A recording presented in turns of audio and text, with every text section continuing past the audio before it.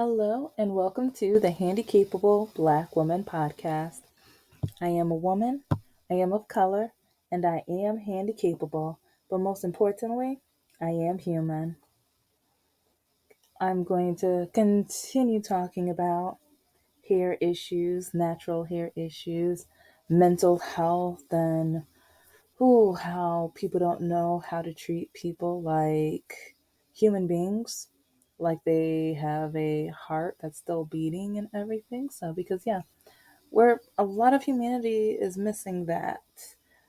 But when it comes to, and some people might be asking, what's the big deal with the Crown Act? Why should I care? And kind of like, I think I mentioned how, and I did do a mini talk about white cis men, and they really need to learn about the Crown Act. I mean, all of the people that are of non people of color need to, because a lot of them are very ignorant within the topic. I know my ex's youngest sister is like, she lives way up north in a city called Lake City, and there is like no diversity whatsoever in their city.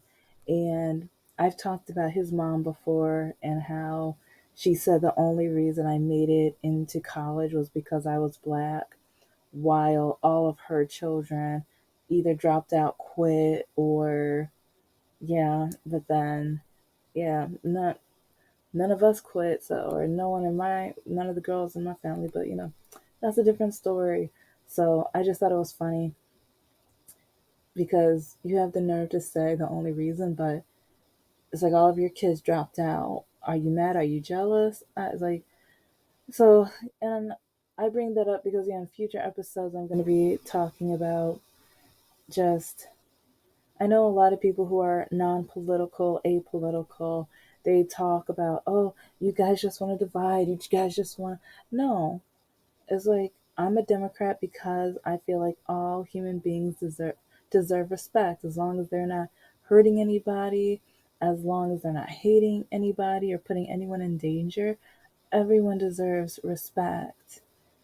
And as long as the common sense is afloat, because oh my gosh, we're losing a lot of common sense right now, especially when it comes to American history. Yeah, that's a different topic for a different day, but I just know with my ex's family, especially with his youngest sister, the funny thing is she studied cosmetology. She studied how to do hair. But at her beauty school, they did not cover it whatsoever because they didn't have any people of color at all. Like in her school, in her city, nothing. But the first time she took the test, she was like, "What? Hold up, what is this?" Because I think they had some question. I think she said there's like three versions of the test, and I guess one of the versions there's more questions about people of color, hair types, and what to do and everything. Then, and she didn't learn any of that. And when I had my afro out, it's like she was just so shocked, so amazed, and it was kind of embarrassing. But I remember when she was like, "Oh my gosh, can I touch it?" And his mom, "Can I touch it?"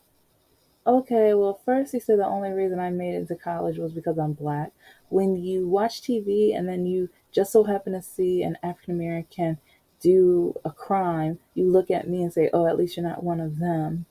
And then all you it's like every time I come up, you want to show me country music and then show me African Americans playing country music and be like, "See, they sing it too." I don't care. I don't like, no.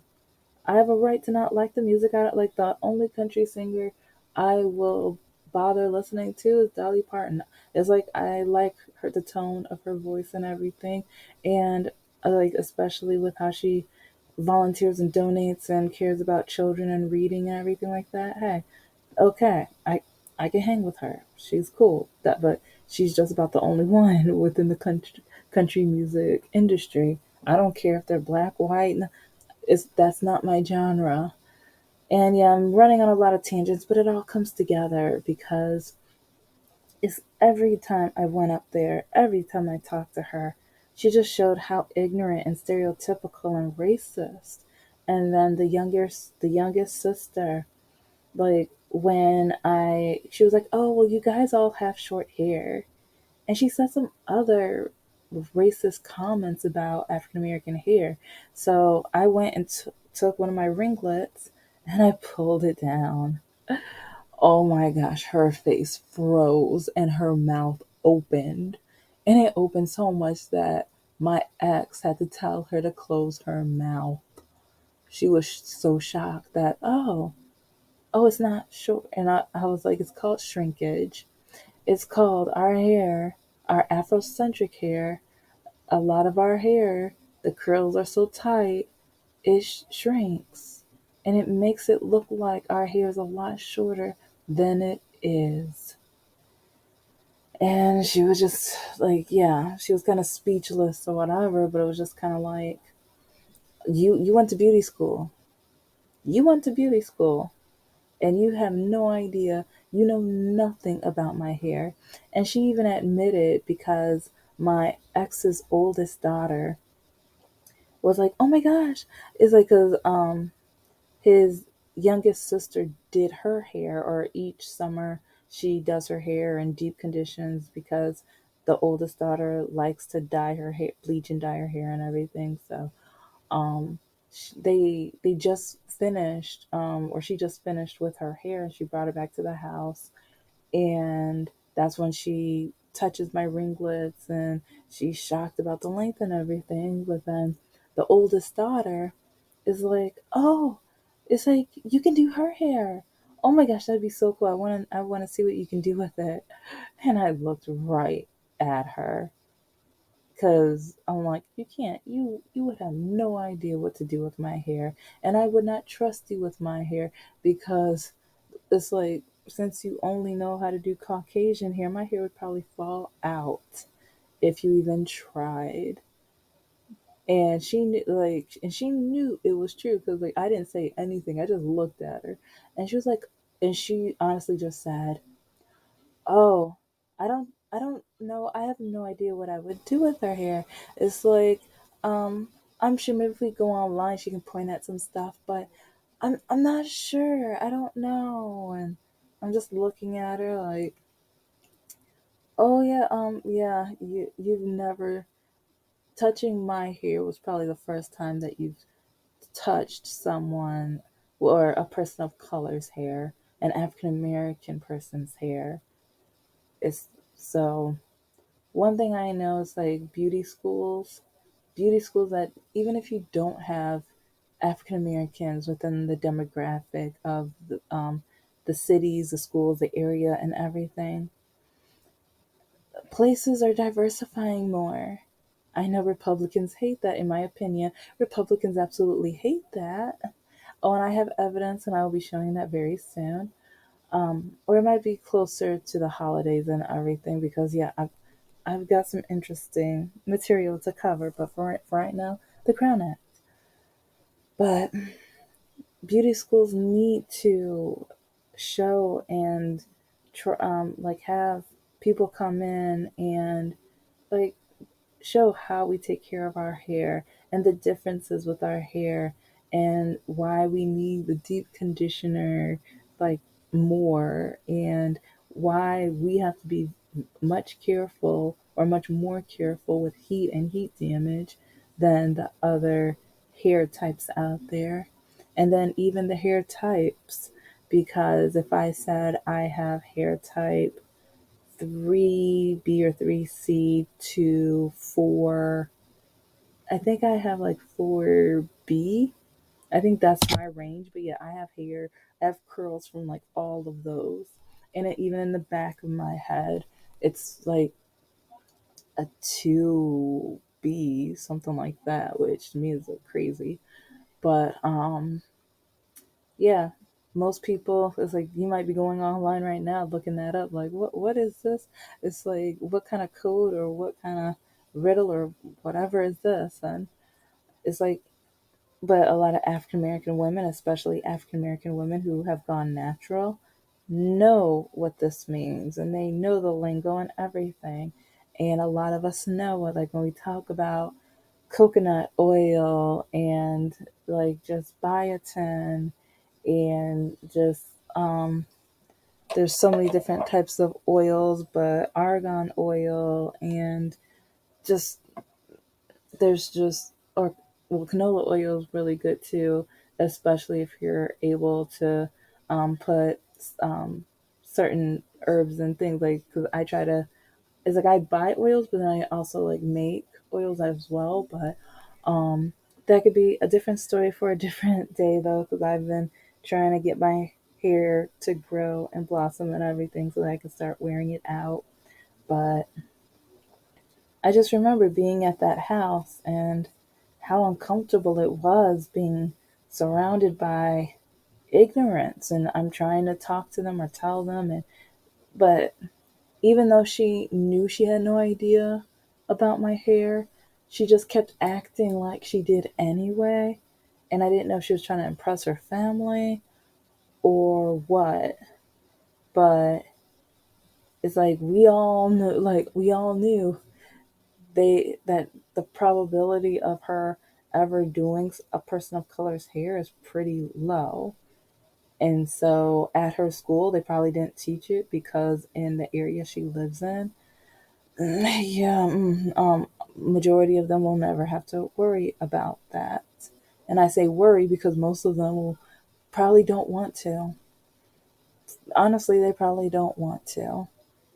And I know even the hair salon culture, like with a lot of African American women, like when we go to the beauty salon, we're ready to stay there for hours, for a very long time, especially for getting sew-ins or extensions or just a lot of different treatments. And I mean, yes, we also like sometimes like get our hair bleached and everything, and we have to be extra careful because our hair is fragile with the hair bleach as well. So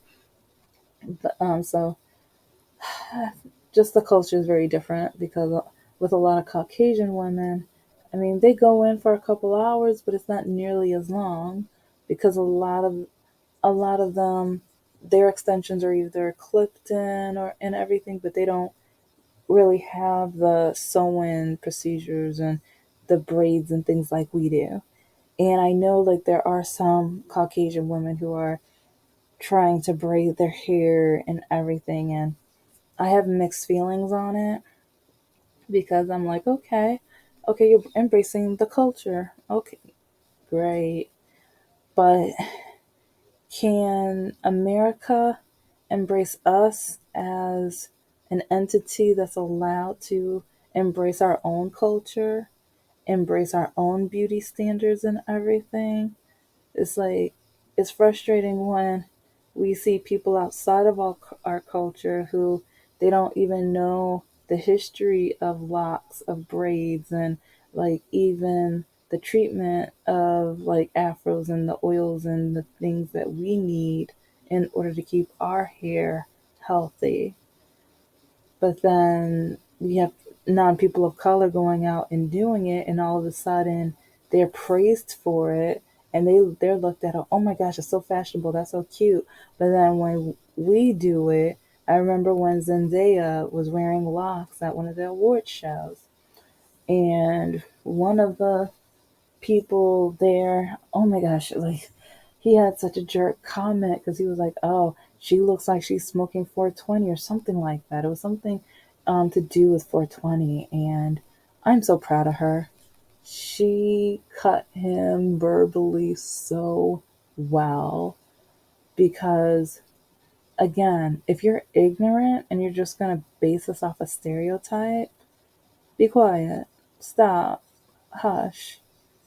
Is like if you don't know the history of locks, if you don't know the history of braids, because even in Africa, It's like, in especially in some African tribes, different braiding techniques and patterns are from certain tribes.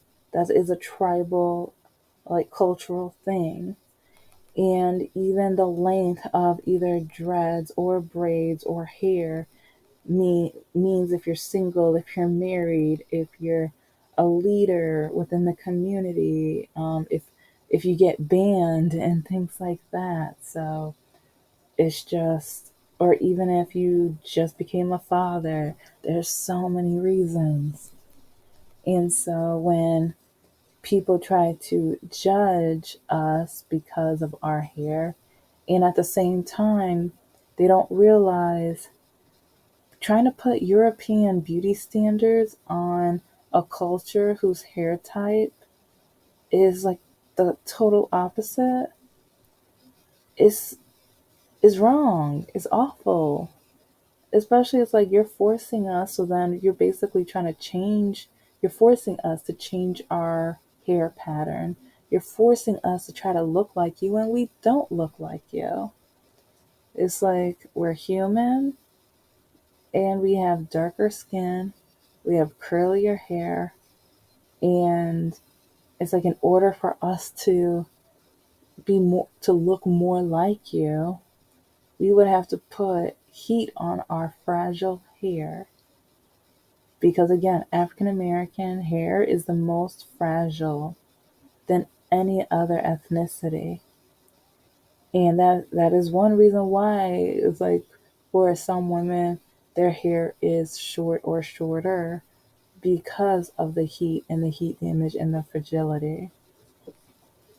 And it's not fair that with some schools and some jobs, it, like, in the bylaws or in their rules, they put not allowed to have afros, braids, locks. Why not? As long as they're well kept. And when I try to talk to especially white cis men, they try to tell me it's stupid. Literally, these men try to tell me it's stupid. And they say, well, if you can be allowed to walk in with an afro, I should be able to go in with a mohawk.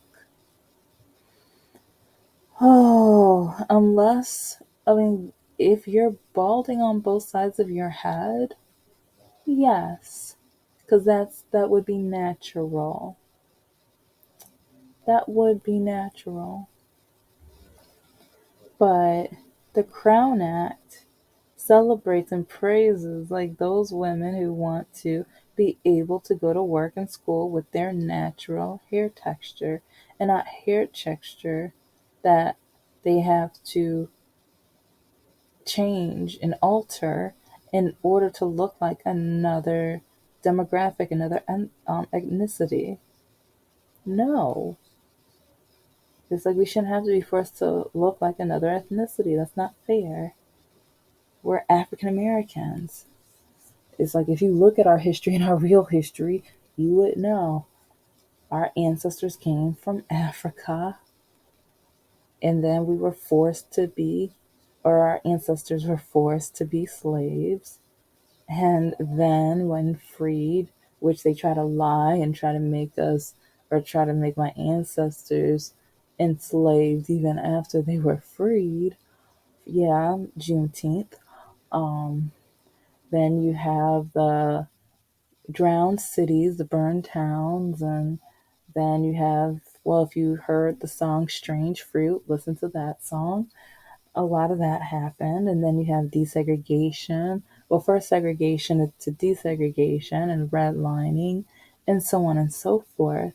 And even when they were fighting for our right to vote, they were also fighting for Afros to be able to be,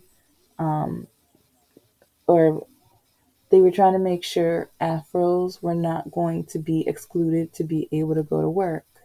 But now we have that generation, or the people who are fighting for the Afros, they didn't know to add on or to fight for braids and locks and Afros that were bigger, especially for African American women. It's like they were more doing that for the men. And so, because back in those days, it's like putting a hot comb and relaxer and things to the women's hair. That was what most of the women did because that was the standard and that was the beauty standard. And so trying to have your natural hair out wasn't common at all. So it's like unless like when you look at the Black Panther movement, things like that. But it's just sad and frustrating because I have witnessed such ignorance and I've witnessed people telling me to hate my hair, people telling me that if a company won't hire me because of my hair, you don't want to work there anyways. Where it's like, hold up. Okay, so now it's like some companies don't want to hire me because I'm black. Some don't want to hire me because I'm a woman. And yes, I do want to be a mom. So sometimes they ask certain questions so they can find out if I'm gonna need maternity leave. Some don't want to hire me because of my disability. And it's like it's frustrating. Like, and some people don't believe me, but when people ask, or when the interviewer asks, "Where are you from?" No, no, no. Where are you really from? Wow, you talk so proper. Over the phone, I would have never pictured you. And are you gonna get that fixed? Why do you walk funny? It's like, oh, you know we don't have an elevator, don't you?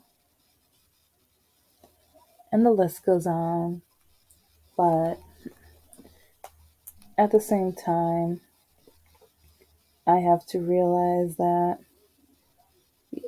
if I do start applying for jobs with my natural hair, I will have something else for them to like eliminate me for. And I I do wear sew-ins and wigs and things like that, but there's different reasons. If you listen to the last episode, when I literally for years I kept hearing people tell me I had bad and ugly hair. It's like people don't understand the mental health of it all. And like literally, it's like if you're saying my hair is ugly, my hair is a part of me, and then trying to talk to people that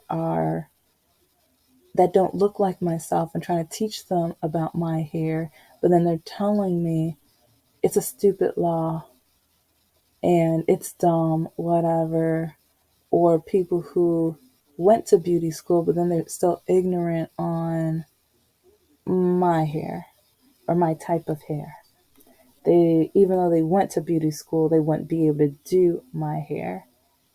And part of me is just shocked and amazed because I know that the African American women who I know that went to cosmetology school, they know how to do all.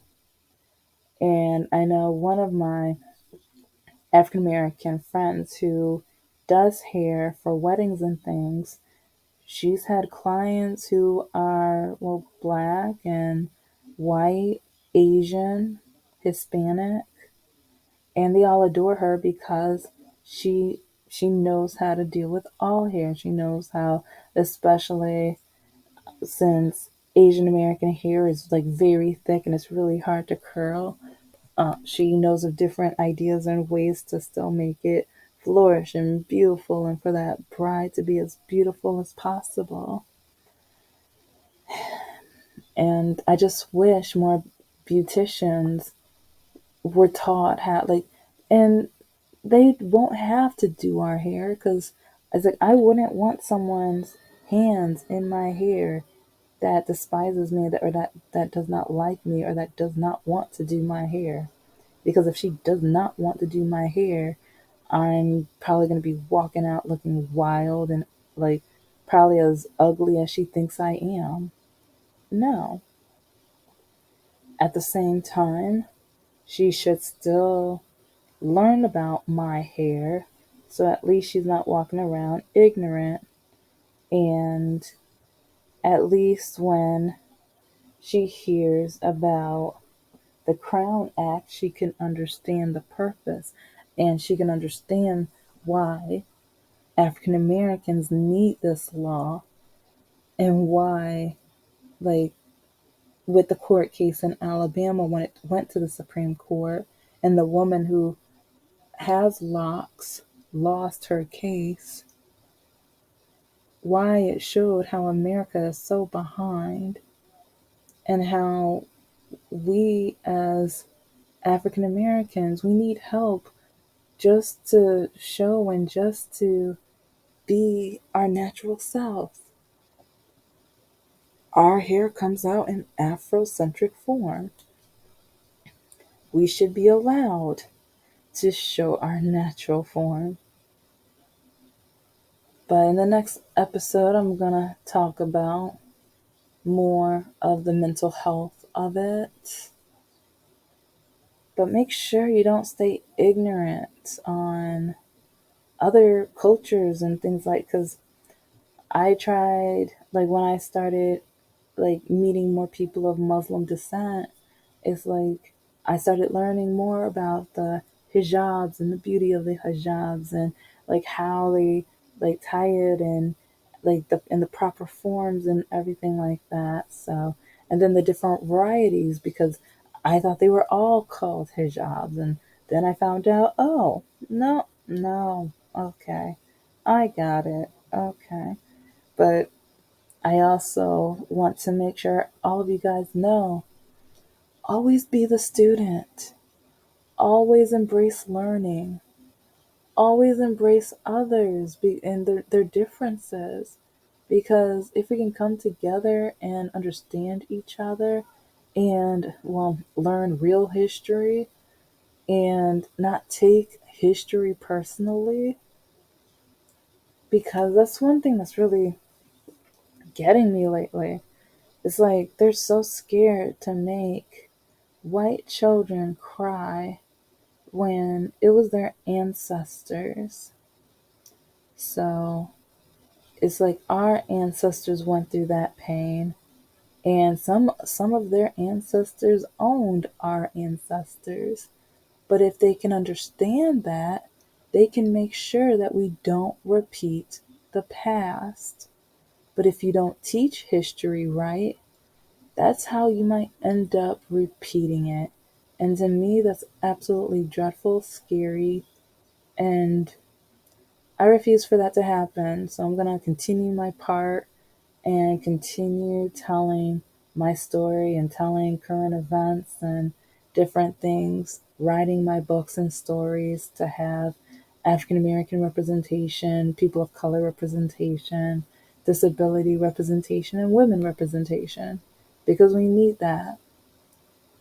And I will be, since I'm going to be doing book reviews soon on the YouTube channel, I'm going to be talking about why I write characters the way that I do, and why I create characters, especially that have disabilities. Because we should be allowed to be the main character too. We should be allowed to be at the forefront on the main stage. I thought we should, at least. But you guys have a beautiful morning, afternoon, or night. Remember that you guys are wonderful and amazing, but please remember to always accept being the student and learning and embracing and understanding others different than yourselves. It's vital and it's needed, especially in our history today.